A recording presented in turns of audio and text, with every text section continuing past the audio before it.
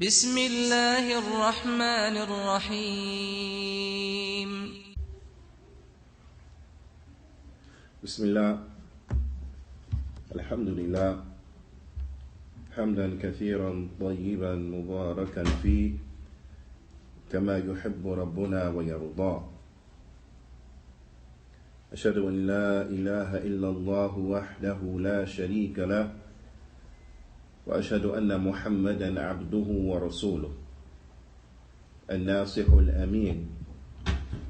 اللهم صل على نبينا محمد وعلى آله وصحبه أجمعين ومن تمسك بسنته إلى يوم الدين. ثم أما بعد. Alhamdulillah, we continue going over the tremendous book by the Fadilatul Shaykh Al-Allama Al-Imam bin Baz rahimahullah ta'ala. That book which is entitled Durus al-Muhimma li'amat al-Ummah, the important lessons for the general masses of the believers, or the Muslims.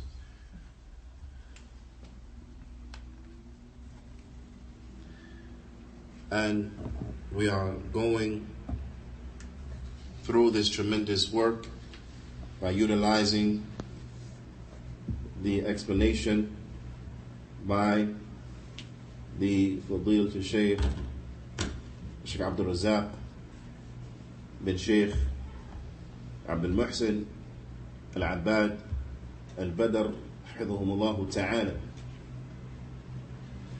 We had started the conditions for La ilaha illallah in the last class, and we had taken the first condition. And the first condition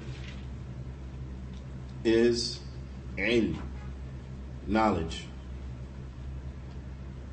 And this is extremely important that we understand the conditions and their relationship to La ilaha illallah. And that is because if these conditions are not met, if these conditions are not fulfilled, then a person will not benefit from saying La ilaha illallah. And the first of those conditions, then, it is ilm, it is knowledge. And we gave a couple definitions for knowledge in the last class, and we want to add a definition in this class.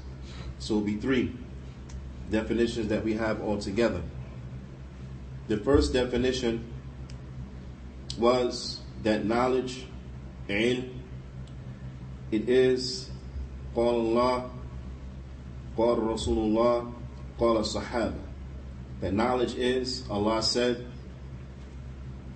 the Messenger of Allah said, sallallahu alayhi wasallam, and the Sahaba said. This is knowledge. And as we mentioned, that these definitions, they complement one another, and they help broaden our understanding of what is intended by knowledge. Now, the definition that we want to add tonight is a definition that articulates the definition in which we just mentioned in another manner. Same meaning, but it articulates it in another way. And that is, al-ilm huwa ma'rifatul haqq bidalili. That knowledge is to know the truth with its proofs and evidences. This is knowledge. Ma'rifatul haqq bidalili. To know the truth by its proofs and evidences. So when we see the first definition, we see that this definition, it complements it. It complements it. Now, to know the truth based upon his proofs and his evidences. This is knowledge. And just, I want to pause slightly on this definition, so as a reminder for myself and a reminder for others. And this is in light of the time that we live in and the trials and tribulations that we find in these times. And this is an encouragement for us to learn our religion, and in particular, as relates to this subject matter, the aqidah, with its proofs and its evidences. Now, because this is ilm. Anything shy of this, then this is not considered knowledge. Anything shy of knowing the haqq based upon his proofs and his evidences, then this is not knowledge.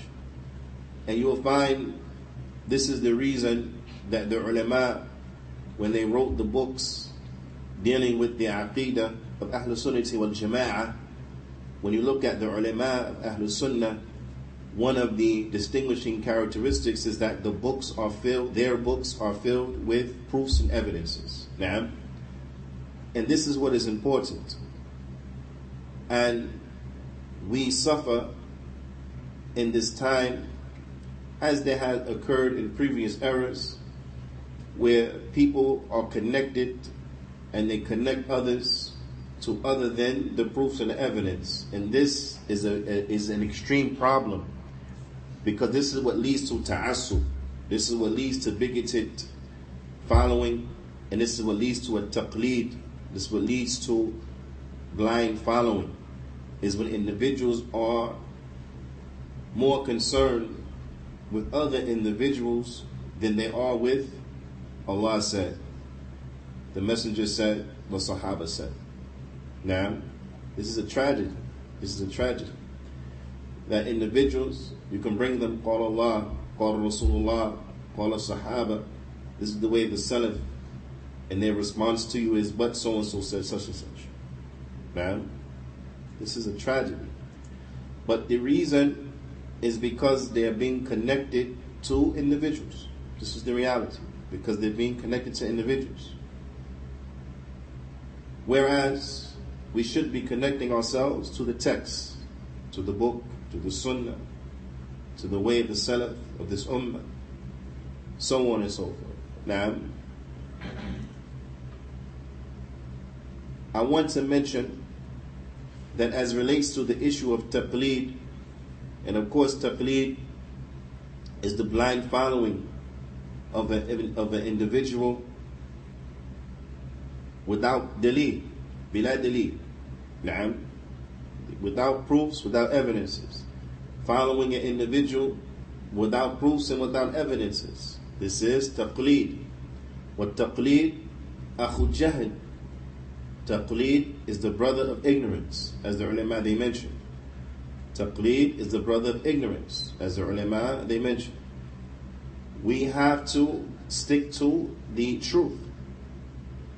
And we have to stick to knowledge. And what is knowledge? Ma'rifatul haqq bidalil, is knowing the truth with his proofs and his evidences. Now, the ulama they mentioned that when it comes to the affair of al-aqidah, then it is not sufficient to have taqleed. It is not sufficient to just blind follow. But an individual, they have to know. They have to know, and they have to know because in order to believe correctly, they have to know. Does that make sense? They have to have ilm, because without having knowledge, they will not be able to believe correctly. Now, as the ulama they all mentioned, and as we mentioned many times, كَيْفَ تُؤْمِنُ بِالشَّيْءِ تَجْهَلُ. How can you believe in something that you're ignorant about it? If you don't have knowledge about it, if you don't have any information about it, then how can you form a belief? It's not possible. Now, and this is why al-ilm qabla al-qawli wal-amal, that knowledge precedes statement and action. Because without the proper knowledge, you don't know what is the proper statement, you don't know what is the proper action. Without knowledge, you can't form a proper belief. In order to believe in Allah correctly, you have to have ilm, you have to have knowledge. I'll give you an example. Without going too far off into this topic, we want to get back to the subject, but I'll give you an example so you understand. The ulama, they mention that as relates to belief in the last day, then this means that an individual has to believe correctly in the last day. And if they believe incorrectly in the last day, then this is tantamount to them disbelieving in the last day. Now, so for the Jews and the Christians, for example, then it can be said about them, and it will be proper to say about them that they don't believe in the last day. Now a person, he'll come and he say, but how can you say that when they claim, when they say, they acknowledge a belief in the last day? They say that there will be a day of judgment. They acknowledge this. They say they believe in this. So how are you going to belie their belief in the last day when they say they believe in the last day? The answer is very simple. Because they don't believe correctly in the last day. Because they don't believe correctly in the last day, they don't believe in the last day. The Christians, for example, they believe that Isa, alayhi salatu wassalam, he will be the one who will judge the people on the day of judgment. Is that what's going to happen on the day of judgment? No. So what they believe in is a piece of fiction. They believe in a piece of fiction. So because they believe in this piece of fiction, it's tantamount that you don't really believe in the last day. Why? Because that's not what's going to happen on the last day. They believe on the last day that they will be the ones who will be honored and entered into the Jannah, and everyone else will be entered into the Nar. That's what the Jews and the Christians, they believe. That the only way into the Jannah is to be upon what they are upon. It's to be a Jew or to be a Christian. But we know that what's going to happen to the Jews and the Christians on the day of judgment is that what? Is that they'll be cast into the hellfire forever because they're kuffar, because they disbelieve in the messengers. Now, so what they believe is going to be their end result for them on the day of judgment is not really their end result. So what they're believing in is what? Is a piece of fiction. They believe in a piece of fiction. So, in essence, they don't believe in the last day. Because they don't believe in the real last day and what's going to happen on that last day. Right? So, a belief that is contrary to the truth is tantamount to a disbelief. So therefore we have to know what is the truth. Now, we have to know what is the truth. And knowing what the truth is based upon proofs and is based upon evidence. It's based upon Qala Allah, Qala Rasulullah, Qala Sahaba. Now, this is what the truth is based upon. After bringing all of that together, let us look at the last definition so we can tie it all in, inshallah ta'ala. The last definition in which we had mentioned in the last class was that which is mentioned by the ulama of fiqh. And in particular, when speaking about usul al-fiqh, right? They mentioned al-ilm, idraku shay ala ma huwa alayhi, idrakan jaziman. That what is knowledge, then it means to know about something, to have knowledge of something upon its reality. To know what it is upon its reality. So we go back to our example of the Day of Judgment, to have ilm in the Day of Judgment, that an individual, he knows about what we have been informed about the Day of Judgment upon its reality. What Allah has informed us is going to happen on the Day of Judgment. What the Prophet ﷺ has conveyed to us that's going to happen on the Day of Judgment. When a person knows that upon its reality, upon what it really is, then that person can have ilm about that particular thing. And when he has ilm about that particular thing and what it really is, now he can believe in it. Now he can believe in it because he's believing in it what it is. But idrakan jaziman. But it is, they have knowledge about it, right? But it is that which is decisive. There is no doubt. It's decisive. So it is to know about something upon its reality with a knowing that is decisive. They have information, it is decisive. There is no doubt. This is exactly what it is, because that's what it is. Now, this is ilm. This is knowledge. This is what we are required to do. So, remember we were mentioning in I want to repeat this because it's very important that we have to reshape and we have to shift our perspectives. So often we concern ourselves with things that don't really benefit us. They don't really benefit us. The Prophet ﷺ informed us that that from the person's good Islam is that he leaves alone that which does not concern him. The ulama, they mentioned that the meaning of la ya'nihi ay la yanfa'u, that which does not benefit him. Now, we have to concern ourselves with that which benefits us. So I encourage everyone who my voice reaches them to concern yourself with that which benefits you. As we're going over these conditions, jot down one ayah, jot down one hadith.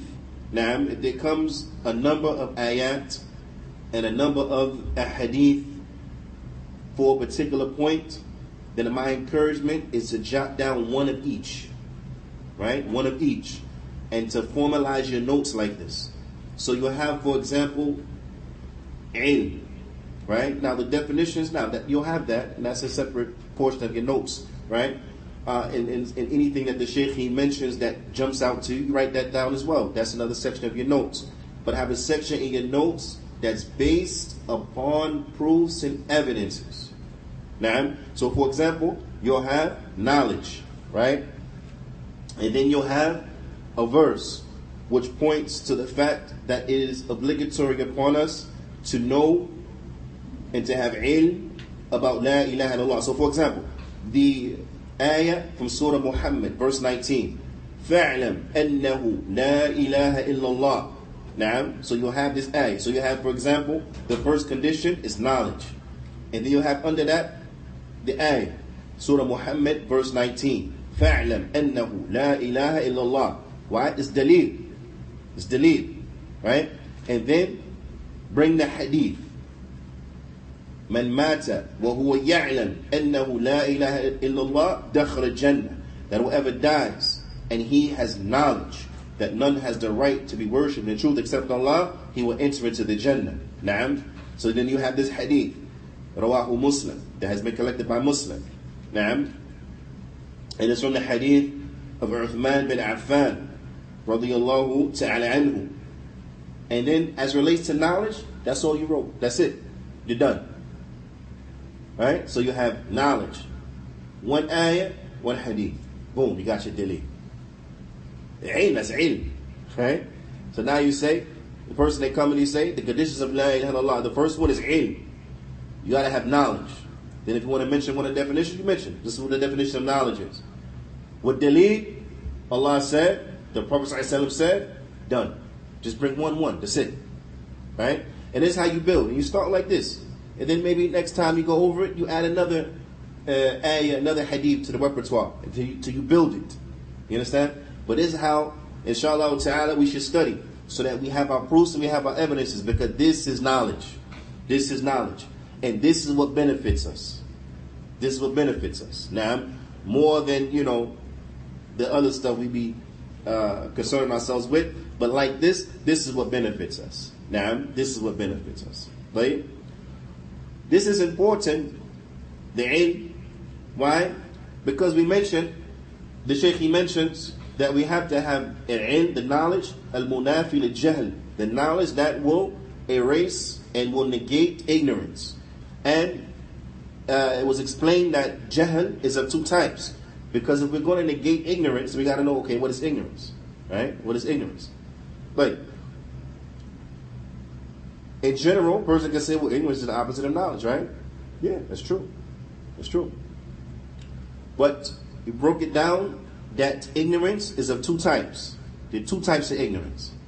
The first type is the simple ignorance. Jahl. Anyone remember the phrase in Arabic? Jalul Murakkab. No, not that one. Jalul Basit. Basit. Now, Jahlul Basit.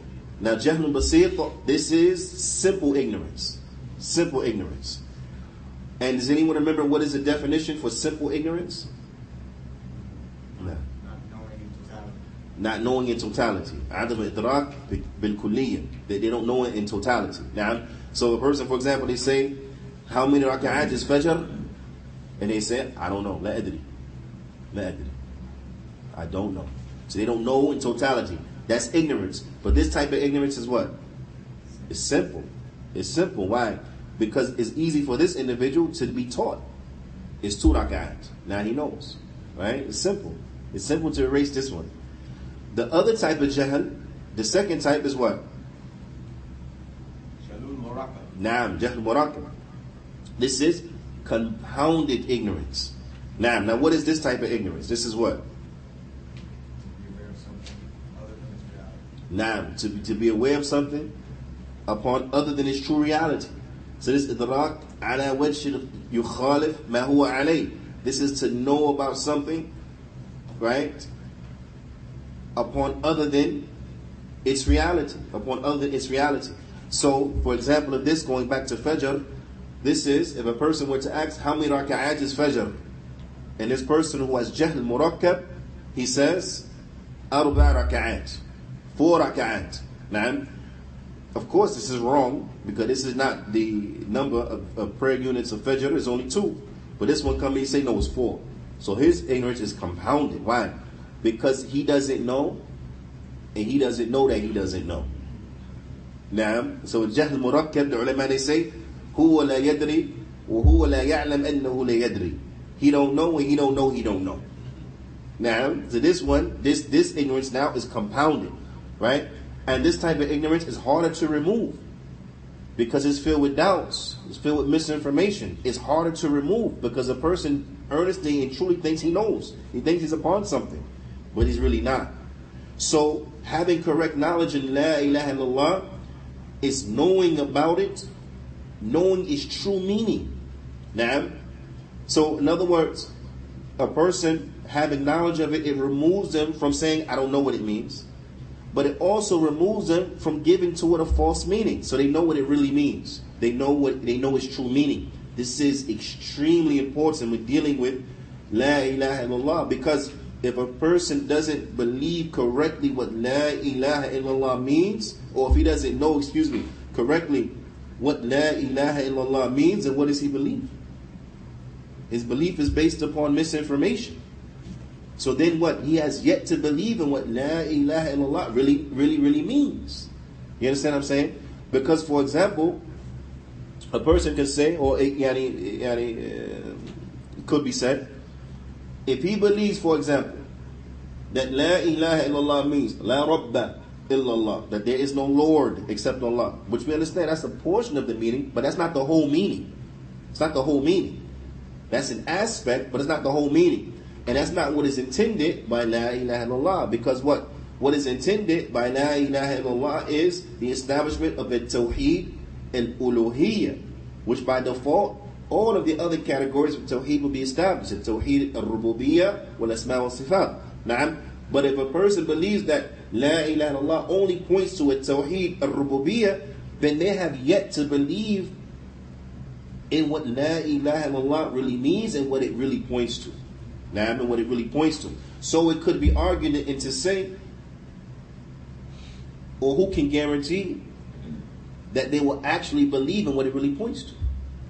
Because now when you come and you tell them by saying La ilaha illallah, this means you can't pray to the the so-called saint who's dead in his grave. You can't call upon the awliya and ask them for anything. They may reject that, say, no, that's not what I want. I want to call upon them. I want to slaughter in their name. And so on and so forth. Now, so this individual in reality has yet to believe in La ilaha illallah. Right? That makes sense? Now, of course, we're talking about the concept in general. We're not saying or advocating making takfir and removing from Islam the likes of this example which we mentioned. We're just talking in general. So I don't want to come specifically now and say all them people who have the wrong definition for La ilaha illallah, you have yet to be Muslim. No way. That does not equate to that. We're talking in general. Speech in general is different from speech as relates to specific individuals, because there are more factors that come in. right? There are more factors that come in. But we're just talking generally, and I want to make that extremely clear. We're just talking generally. So now to bring this back to us as individuals, right? Why this is important for us to be upon this is what? So that we can benefit from La ilaha illallah. Now, and that's what I really want everyone to focus in on. As we go through this, look at yourself first. Don't be worrying about the next man.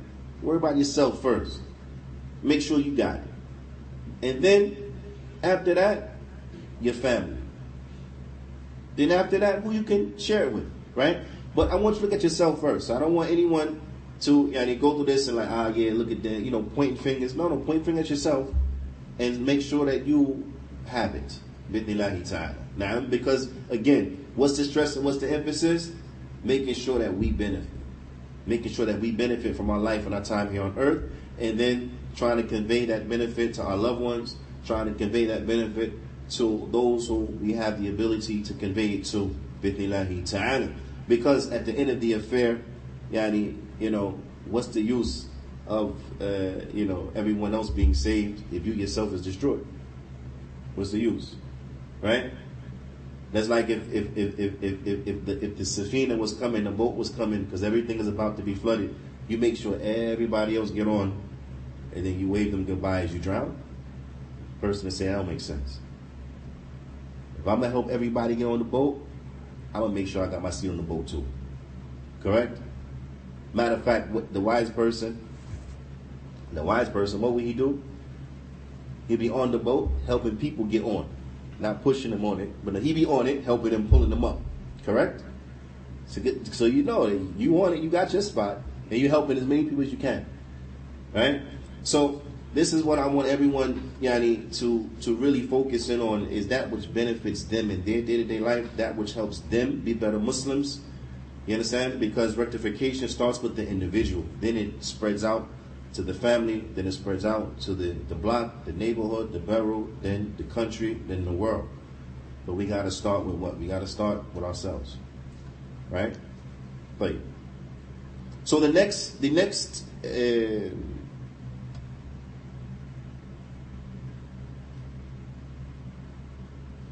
now, you have to be more specific. Please repeat which part.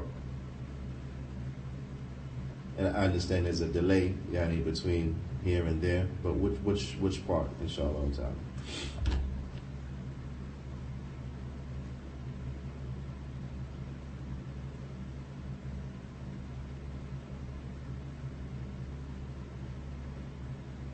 Now, the issue with the ship is that it was used as an example or an illustration of how we have to make sure that we concentrate on that which benefits us, and then we try to spread that benefit to others. Is that from hikmah, a person is going to make sure that they themselves are saved before they attempt to save others. This is from hikmah, right? This is from knowledge. This is from wisdom, from wisdom. Why? Because what sense would it make if we help everyone get on the ship and then it leaves and departs without us? So we're left to drown and we help all these other people get on the ship. That's not wise, because now a person has not dealt with himself in a wise manner. But what is wise is that a person, instead of being on the ground pushing people up onto the ship, is that they themselves are on the ship pulling people up. Right? That makes sense. I'll give you another example as relates to the hikmah of why we save ourselves first. Right? And how this is practical. It's like on the airplane. If the cabin becomes depressurized, they tell you to put on your oxygen mask first before you assist someone else. Right? Why? Because if you're assisting someone else to put on that oxygen mask, but the cabin now is depressurized, so the level of oxygen is low, is leaving. What can happen? You pass out before you help the other person secure their mask. Now you're both done passed out. You understand? As opposed to if you had your mask on first, and you were assured that your oxygen flow was good and you were breathing, even if the person sitting adjacent to you were to pass out, you can now put their mask on in enough time that they'll be safe too. You follow? This is from hikmah. Is a guarantee saving multiple people. But it starts with what? It starts with yourself. Now, and this is the hikmah, this is that ilm that Allah subhanahu wa ta'ala, He teaches in the Qur'an. Right? Who knows the verse?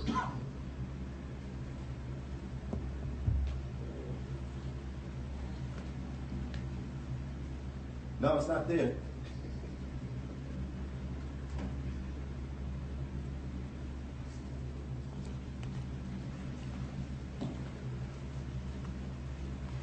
Who knows the verse?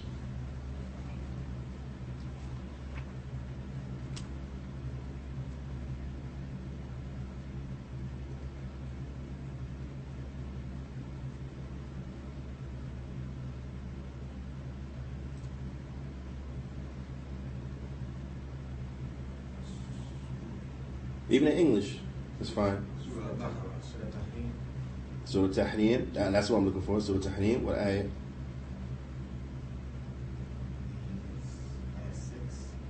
Ayah number 6. This is the proof that you save yourself first. Right? This is the proof that you save yourself first. The ayah, Ya ayyuha alladhina amanu qu anfusakum wa ahlikum nara. O you who believe, save yourselves and your families from a fire. This is dalil that what you save yourself first. Right? You save yourself first. From a fire whose fuel is of men and stone. I said, from a fire whose fuel is of men and stone. Now, so this is the way. This is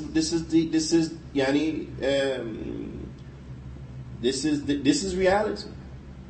We have to concentrate on saving ourselves. Now, we have to concentrate on saving ourselves. And how we do that is that we have to stick to our religion. We have to stick to our religion earnestly. And we have to busy ourselves with our religion. Busy ourselves with our religion. Because that is going to benefit us in every aspect of our life. It's going to benefit us in everything. In our akhirah and in our dunya. Because now it will shape and mold us into outstanding human beings. It will shape and mold us into outstanding human beings. Now, and that's you can't lose when you concentrate on building yourself up, building yourself, building your self-worth, building your self-value. How do you build your self-worth and your self-value? Is by what? Is by fearing Allah subhanahu wa ta'ala. Now, the best of you with Allah is what? Atqakum, those who fear Allah the most. Like, who fears Allah the most? إِنَّمَا يَخْشَى اللَّهَ مِنْ عِبَادِهِ الْعُلَمَاءِ. Verily, the ones who truly fear Allah from His servants, they are the ulama, because they have ilm. They have ilm. And that ilm, the right knowledge, the true knowledge, that comes with the individual, has a true intention, that it has effects upon them. And that effects is what? Is khashya. Is khashya. Is fear. In the ilm al-khashya. Verily, knowledge is fear. Knowledge is not the reciting of multiple narrations. No, knowledge is what? Is fear. Is fearing Allah subhanahu wa ta'ala. What'll help you to fear Allah subhanahu wa ta'ala is knowing all of narrations. You see? The goal is to fear Allah subhanahu wa ta'ala. To be more subservient unto Allah subhanahu wa ta'ala. To be more obedient unto Allah subhanahu wa ta'ala. To have a greater love for Allah subhanahu wa ta'ala, a greater fear for Allah subhanahu wa ta'ala, so on and so forth. All this is based upon what? It's based upon knowledge, having knowledge. The more you know, then the more you can fear Allah subhanahu wa ta'ala with the knowledge that is knowledge based. So this is what I mean by build your self-worth, build your self-value, by learning about your religion with its proofs and its evidence. Learn about those things that you do on a day in and day out. Learn about those things that you need in your day in and day out, in your day to day. Now, those adhkar, he is a person, or she is a person, and they suffer from some type of sickness. then it behooves you to learn the dua for what? For when you feel pain. A person is suffering, for example, from worry and anxiety. So what? It behooves you to learn what is that dua for suffering or for anxiety and worry and so on and so forth. Now, a person got to pray every day. So it behooves them to what? To learn the ahkam wudu, to learn the ahkam al-tahara, learn the rules and regulations of purification. They praying every day. Learn the rules and regulations of prayer. Now, learn the rules and regulations of prayer. How many people been Muslim, I don't know how many years, and they still don't know all of the adhkar of the salah in Arabic? This is a tragedy. How many people, yani tashahhud, all them years Muslim, they don't know tashahhud. Hatta al-an. This is a tragedy. But yet they know this other stuff. So that tells that what? You haven't been putting your attention in the right place. You have to put your attention in the right place. Now, so bringing that back to here, as we go through the points, take an ayah, take a hadith, make that your business. You're going to learn this ayah, you're going to learn this hadith. Make that your business. Now, that's going to benefit you. It's going to benefit you. But, because we got to have ilm, and that is to know about something upon its true reality. With the knowledge, that's what? That's decisive. No doubt. Which brings us to the next point. The next point, الثاني اليقين. The second condition for La ilaha illallah is certainty. اليقين المنافي للشك والريب. اليقين that negates doubt. Really, it negates doubt and ambiguity. Right? No doubt, no ambiguity at all. Yaqeen, the Shaykh he mentions, and you can use this as a definition. Bidnillahi ta'ala. Al-yaqeen huwa tamamul ilm. It is a completion of knowledge. Wa kamalu. A completion is the completion of knowledge. Right? Meaning that you have sound, certain knowledge that translates into certainty. There's no doubt. There's no doubt. There's no maybes. No. There's no doubt. There's no doubt in your mind. Right? The ayah you want to bring down for certainty is Allah Ta'ala's statement in Surah Al-Hujurat. And it's verse number 15 in Surah Al-Hujurat. Now I want you to brace yourself, because Bismillahi Ta'ala, we're going to do an exercise. I'm going to say the ayah and then translate it, and then I want you to tell me what is the point of reference. What is the point in the ayah that gives you the dalil for what we're saying?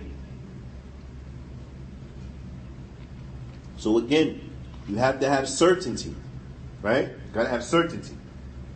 But Allah subhanahu wa ta'ala, He says in Surah Al-Hujurat, verse 15, إِنَّمَا الْمُؤْمِنُونَ الَّذِينَ آمَنُوا بِاللَّهِ وَرَسُولِهِ ثُمَّ لَمْ يَرْتَابُوا. Indeed, the believers are only those who believe in Allah and in His Messenger, then they did not doubt. Then they did not doubt. So, what here in this ayah, Surah Hujurat, verse number 15, what here in this ayah is a dalil that we have to have certainty. Which phrase in the ayah is a dalil that we have to have certainty? Huh? They did not doubt. And then what? Do not doubt. ثُمَّ لَمْ يَرْتَابُوا. Then they did not doubt. Right? Because if they didn't doubt, what does that mean? That means the opposite, that they had certainty. Right? That they did not doubt. Now I'm ahsantum. Because if they didn't doubt, then this means they have certainty. So now you understand what the understanding of the opposite. Huh?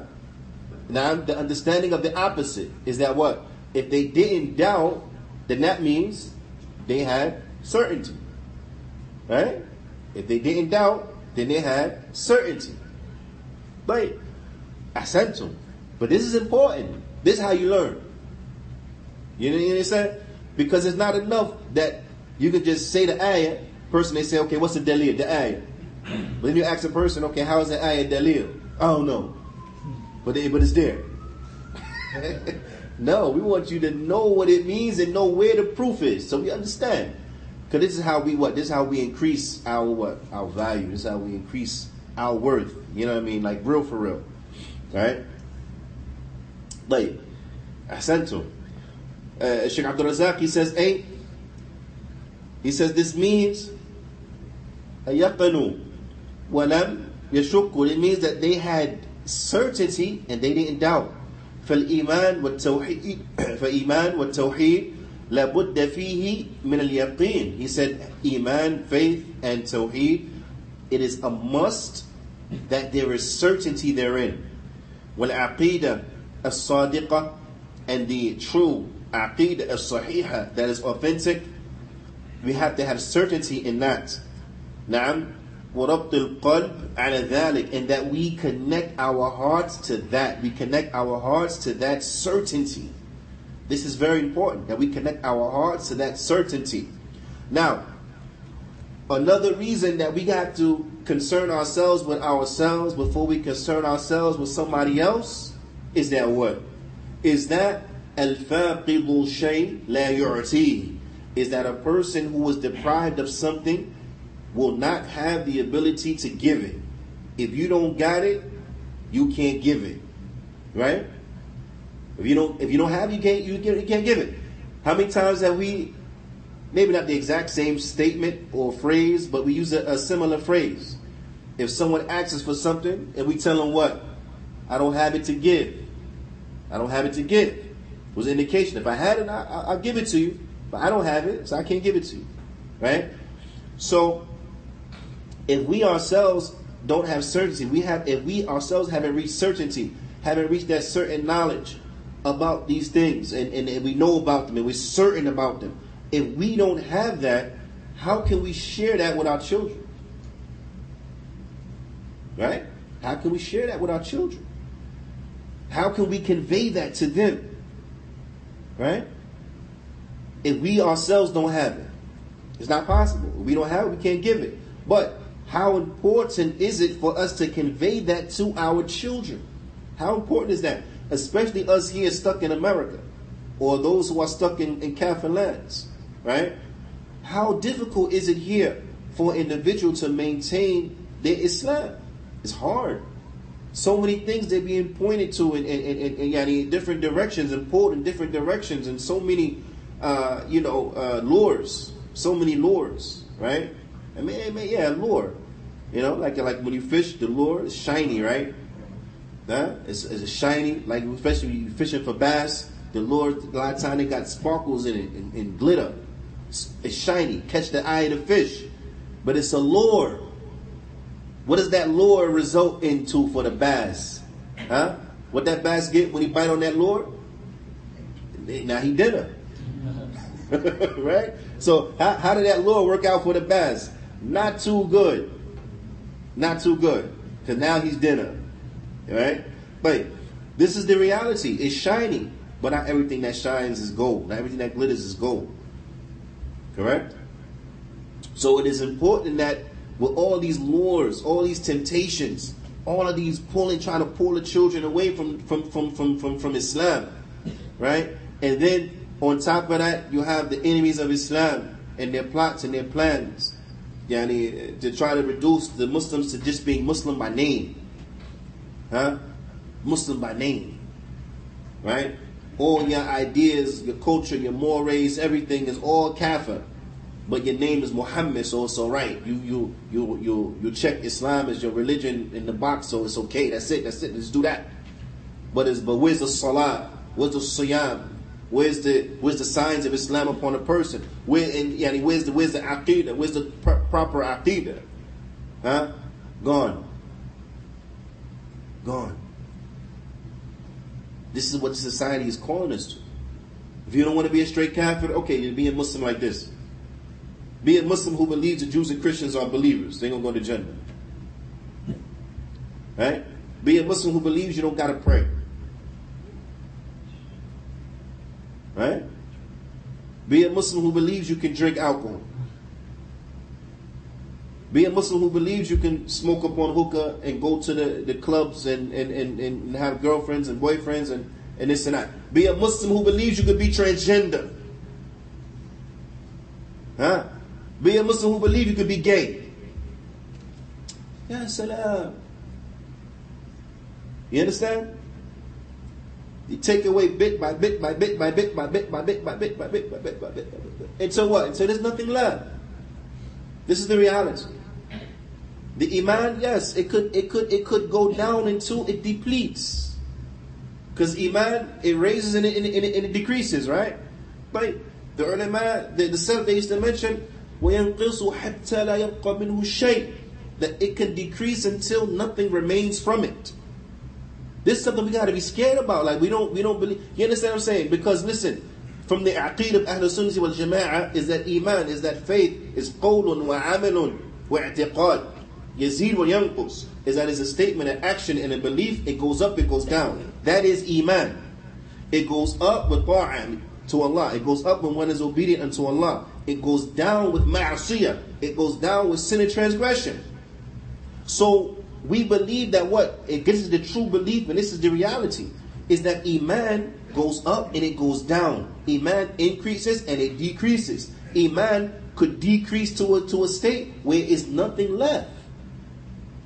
We as Muslims believe that a person could leave Islam. Right? We believe that, correct? We believe a person can leave Islam. It's possible. May Allah protect all of us and our children, our families from it. Ameen. But it's possible a person can leave Islam, be murtad, be apostate upon the religion. This is the belief of Ahl Sunnah wal Jama'ah, correct? Okay. Knowing this is the case, isn't it in our best interest? Doesn't it behoove us to protect our faith and to strive to protect the faith of our children? Of course. We can't just leave them in the wilderness of America until what? They totally blend in. And then now there's no distinction in belief. There's no distinction in anything.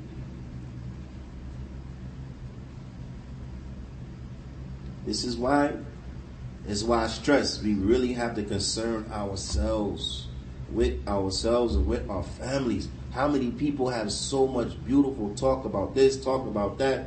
Huh? This sheikh, that sheikh, this quote, that quote. I got this book, I bought that book, I listened to this lecture, I was at this conference, and so on and so forth.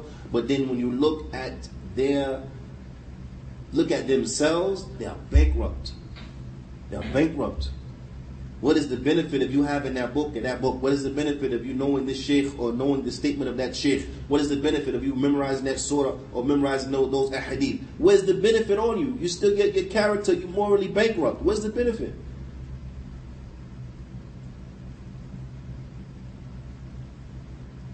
We have to concern ourselves with really benefiting, being good Muslims, being excellent Muslims, being those who are excellent worshippers unto Allah subhanahu wa ta'ala. Na'am. Self-challenge, right? Well, everyone challenge themselves. Ask themselves this question. We all know about the benefits of praying the night prayer, right? Alright, you know the rest of the answer. You know the rest of the question. You know the benefits about praying the night prayer? How's your night prayer? That's it. Leave it like that. Anyway, the Shaykh goes on and he mentions, he says, وَأَمَّا إِذَا كَانَ الشَّخْص مُتَرَدِّدًا. He said, but if a person is apprehensive, شَاكًا, he don't know, he has doubt. نعم, مُرْتَابًا, he has doubt. فَهَذَا لَا يُقْبَلْ مِنْهُ. Then it's just not accepted from him. If a person has doubt, and what is meant here, doubt? He has doubt in La ilaha illallah. He has doubt in what it points to. He has doubt in what it means. La ilaha illallah, la ma'buda bihaqqin illallah. None has the right to be worshipped in truth except Allah. Person, he doubts that. Maybe you can pray to Jesus. Maybe it's okay if you pray to Mary. Maybe it's okay if you pray to the saints. Maybe it's okay if you pray to the awliya. He has doubt. He don't know. He has doubt. Then what? It's not enough. It's not going to benefit him. It's not going to benefit him until that doubt is removed, until he knows with certainty that none has the right to be worshipped in truth except Allah. Until he knows that with certainty, it's not going to benefit him. What's the proof? The verse. The verse. Certainty is a stipulation. You have to have certainty in La ilaha illallah in order for it to benefit you. Without certainty, it's not going to benefit you. Another proof and evidence, there comes a hadith in Sahih Muslim. Right? So this is the other thing you want to write down and proofs and evidences. Because you got your one ayah, and now here's the one hadith. Right? Now here's the one hadith.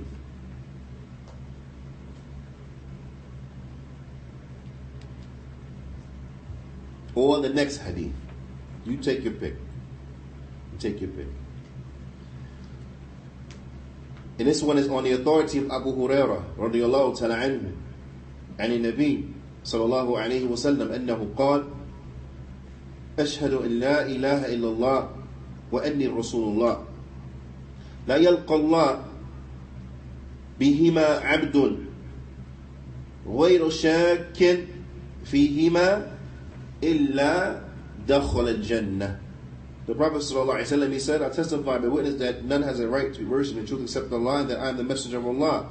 There is no slave who meets Allah with these two there is no slave who meets Allah with these two without having any doubt. He meets Allah with these two, having no doubt in them. Having no doubt in them, except that he will enter into Jannah. Except that he will enter into Jannah.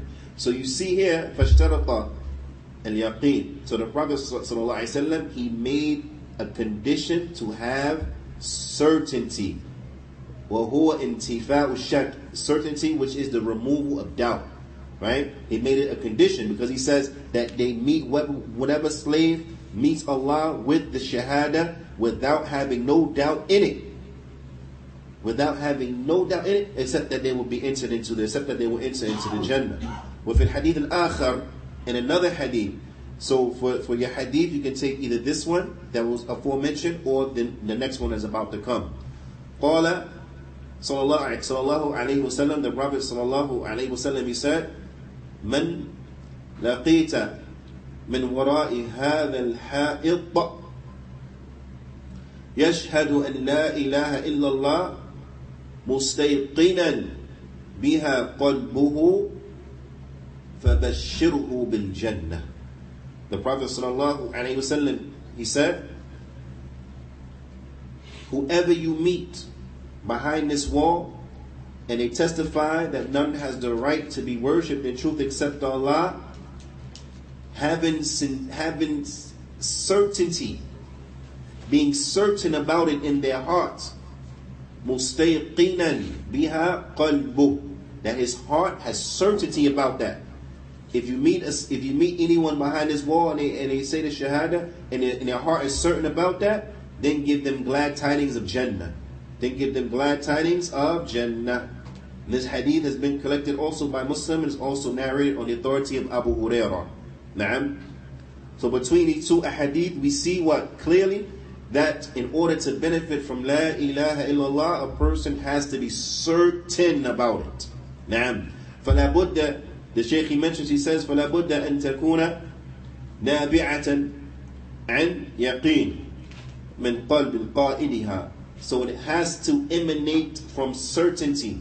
The saying La ilaha illallah has to emanate from having the individual, it emanates from him being certainty from his heart. Now, being certain from his heart. فَلَا يَكُنْ عِنْدَهُ شَكٌّ وَلَا إِرْتِيَابٌ. He doesn't have any doubt nor any apprehension. فَإِنْ وَجَدَ الشَّكْ وَارْتِيَابٌ لَمْ يُقْبَلْ مِنْهُ وَإِنْ قَالَهَا مَرَّاتٍ. So if he has doubt or any type of apprehension, then it will not be accepted from him even if he says it a number of times, even if he says it repeatedly, it will not be accepted until what? Until all doubts are removed. Until all doubts are removed. And then the Shaykh, Hafidhahullah Ta'ala, Shaykh Abdul Razak, Hafidhahullah Ta'ala, he goes on to talk about the next condition, which is al-ikhlas.